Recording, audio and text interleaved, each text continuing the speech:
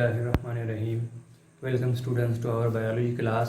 Student, जिस तरह के हमने अपना होम्योस्टेसिस का चैप्टर जो है वो स्टार्ट किया हुआ है, तो लास्ट जो हमारा लेक्चर था उसमें हमने एक्सक्रीशन इन प्लांट्स की बात की थी, और आज हम जो उससे नेक्स्ट टॉपिक है हमारा एक्सक्रीशन इन एनिमल्स की बात करेंगे। तो एनिमल्स के बारे में हम देखेंगे इनमें एक्सक्रीशन कौन कौन सी पाई जा रही है और किस तरह से अपने वेस्ट मटेरियल्स को एक्सक्रीट करते हैं। हम कहते हैं excretion is the property of life. हम अगर एक्सक्रीशन को कहें, अगर इसकी हम डेफिनेशन को भी देखें तो हम कहते हैं excretion is property of life. ये एक प्रॉपर्टी ऑफ लाइफ है। लाइफ को जब डिफाइन किया जाता है तो वहाँ पे भी हम एक्सक्रीशन का जिक्र करते हैं कि एक्सक्रीशन हमारे पास क्या है, प्रॉपर्टी ऑफ लाइफ है।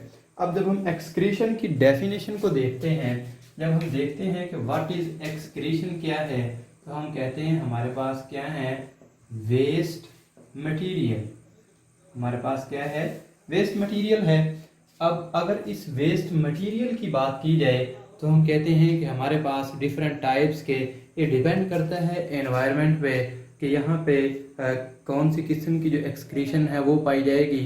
कहीं पे हाइपर ऑस्मोटिक कंडीशन है, कहीं पे बेटा वाटर जो है वो वेस्ट मटेरियल है, कहीं पे साल्ट्स जो हैं वो वेस्ट मटेरियल हैं, कहीं पे नाइट्रोजनस वेस्ट मेटाबोलाइट्स हैं।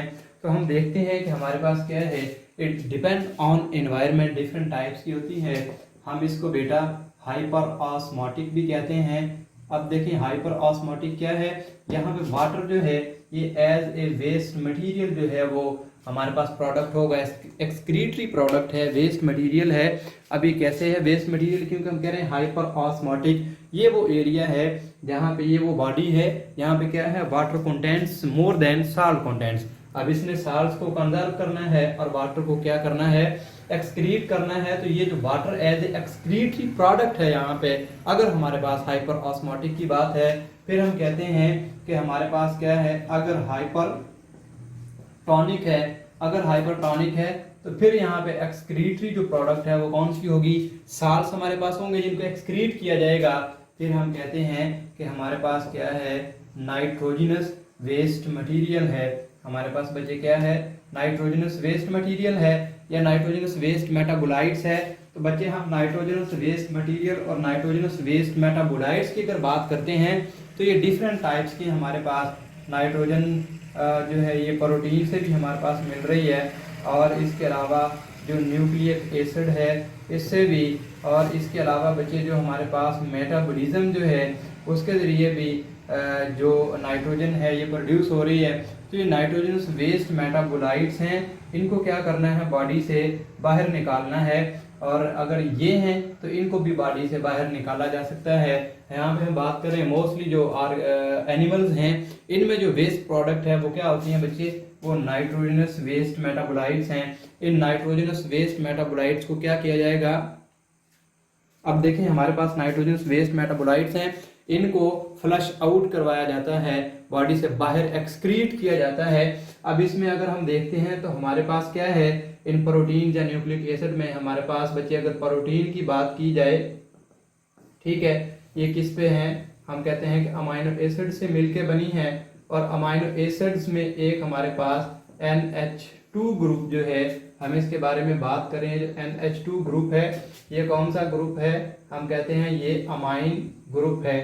अमाइनो एसिड जिसको हम कहते हैं कि वो कौन सा है, ये हमारे पास क्या है, अमाइन ग्रुप है। अब ये अमाइन ग्रुप क्या है, ये नाइट्रोजनस वेस्ट मेटाबोलाइट है।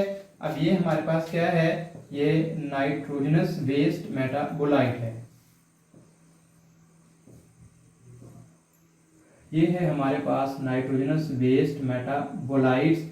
अब ये तो था हमारे पास प्रोटीन, तो उसमें अब इनको जो है बॉडी से फ्लश आउट करवाया जाता है, बाहर निकाला जाता है।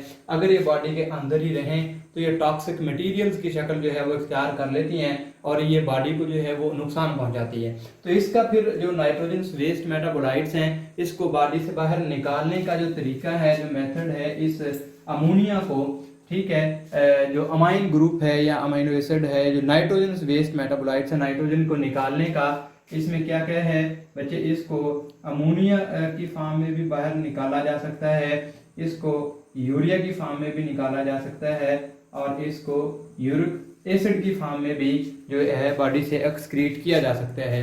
और अगर हम कहते हैं कि नाइट्रोजनस वेस्ट मेटाबोलाइट या नाइट्रोजन जो हमारे पास है ये कम तादाद में है, यहाँ पे तो है, अगर हम कहें कि नाइट्रोजन हमारे पास कम है,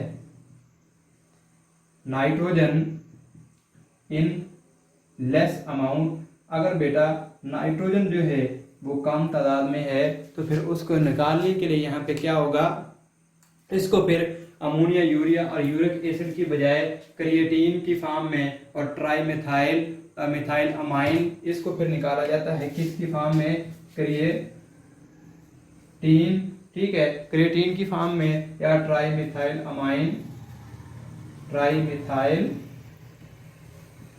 अमाइन ऑक्साइड की फॉर्म में फिर इनको बॉडी से बाहर निकाल दिया जाता है, फ्लश आउट कर दिया जाता है अगर नाइट्रोजन की तादाद जो है वो कम है।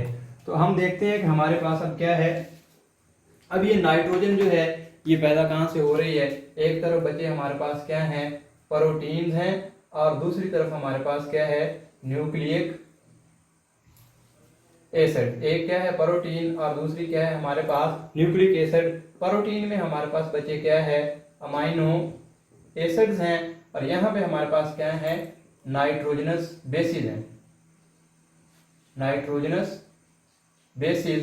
अब इन दोनों से क्या हो रहा है बेटा, नाइट्रोजन जो है वो प्रोड्यूस हो रही है एज ए वेस्ट मटेरियल। यहाँ पे वो जो हम कह रहे थे नाइट्रोजनस वेस्ट मेटाबोलाइट्स, वो क्या है, ये नाइट्रोजनस वेस्ट मेटाबोलाइट्स, तो ये जो नाइट्रोजनस वेस्ट मेटाबोलाइट्स हैं इनको बच्चे अब यहाँ से क्या किया जाएगा, इनको यहाँ से बाहर निकालना है। तो इनको बच्चे यहाँ से बाहर निकालने के लिए डिफरेंट ऑर्गेनिजम्स के पास डिफरेंट स्ट्रेटजीज हैं, और ये डिपेंड करता है वाटर कंटेंट्स पे। अब हम देखते हैं कि अगर हमारे पास यहाँ पे ये जो नाइट्रोजनस वेस्ट है या जो ये हमारे पास नाइट्रोजनस वेस्ट मेटाबोलाइट्स हैं, इनको निकालने के लिए एक फॉर्म हमारे पास क्या है कि इसको बच्चे निकाल दिया जाता है, किस फॉर्म में निकाल दिया जाता है, अमोनिया की फॉर्म में। एक हमारे पास कौन सी है, अमोनिया की फॉर्म में, और एक किसमें है, जो एक्वेटिक एनिमल हैं या जो फिशेज हैं, हम इसमें कहते हैं कि ये हमारे पास क्या है, एक्वेटिक एनिमल्स और फिशेज, एक्वेटिक एनिमल या फिशेज हैं। तो अमोनिया की फॉर्म में जो है उनको निकाल दिया जाता है, और इन नाइट्रोजनस वेस्ट मेटाबोलाइट्स को यूरिया की फॉर्म में भी जो है वो एक्सक्रीट किया जाता है। जिस तरह के हमारे पास क्या हैं, ये हमारे जो वर्टिब्रेट्स हैं, जो मैमल्स वगैरह हैं, ठीक है।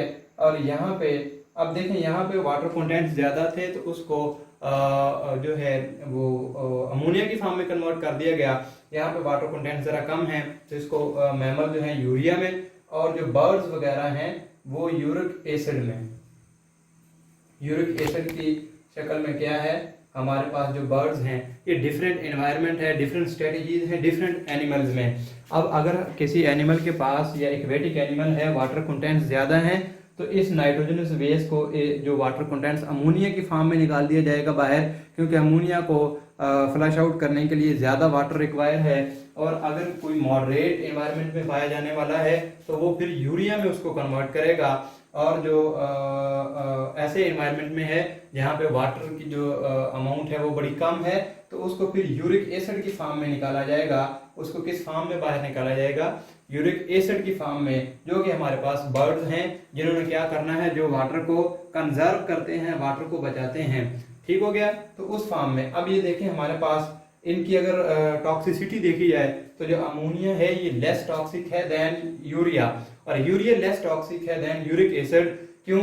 क्योंकि इसमें जो है अमोनिया को बाहर निकालने के लिए ज्यादा वाटर रिक्वायर है, इसकी टॉक्सिसिटी जो है उसमें डिजॉल्व हो जाएगी। इसी तरह यूरिया है, इसमें हम कहते हैं कि 500 ग्राम जो है 1 ग्राम उसको फ्लश आउट करने के लिए अमोनिया को हाफ लीटर जो वाटर रिक्वायर है, यहाँ पे हम 50 ml कहते हैं, और यहाँ पे बिल्कुल ही कम 1 ml जो है इतना वाटर रिक्वायर है। तो हम इसको देखते हैं कि हमारे पास क्या है, डिफरेंट एनवायरनमेंट से एनिमल्स में डिफरेंट एनिमल्स थे, उनकी डिफरेंट स्ट्रेटजीज थी। तो हम कहते हैं कि वेस्ट मेटाबोलाइट्स की बात की जाए तो हर वो चीज़ जो बॉडी के लिए जो डिजीजफुल है, जो एक लिमिट से ज़्यादा है, वो वाटर भी हो सकती हैं, वो साल्स भी हो सकती हैं, वो प्रोटीन की जो वेस्ट मेटाबोलाइट्स हैं, नाइट्रोजनस वेस्ट भी हो सकती हैं। तो उनको फिर बॉडी से फ्लश आउट करवाना असल में एक्सक्रीशन है। इस प्रोसेस को हम कहते हैं, हमारे पास क्या है, एक्सक्रीशन है। तो एनिमल्स के पास एक्सक्रीट करने के लिए इस नाइट्रोजनस वेस्ट मेटाबोलाइट को मोस्टली फार्म है, अमोनिया भी है, यूरिया है, यूरिक एसिड है। तो ये डिपेंड करता है उनके जो हैबिटेट है, उनके पास जो अवेलेबिलिटी ऑफ वाटर है। तो ये बच्चे हमने आज एक्सक्रीशन इन एनिमल्स के बारे में डिस्कस किया। नेक्स्ट इंशाल्लाह हम इससे जो नेक्स्ट टॉपिक है उसको डिस्कस करेंगे। Thank you very much.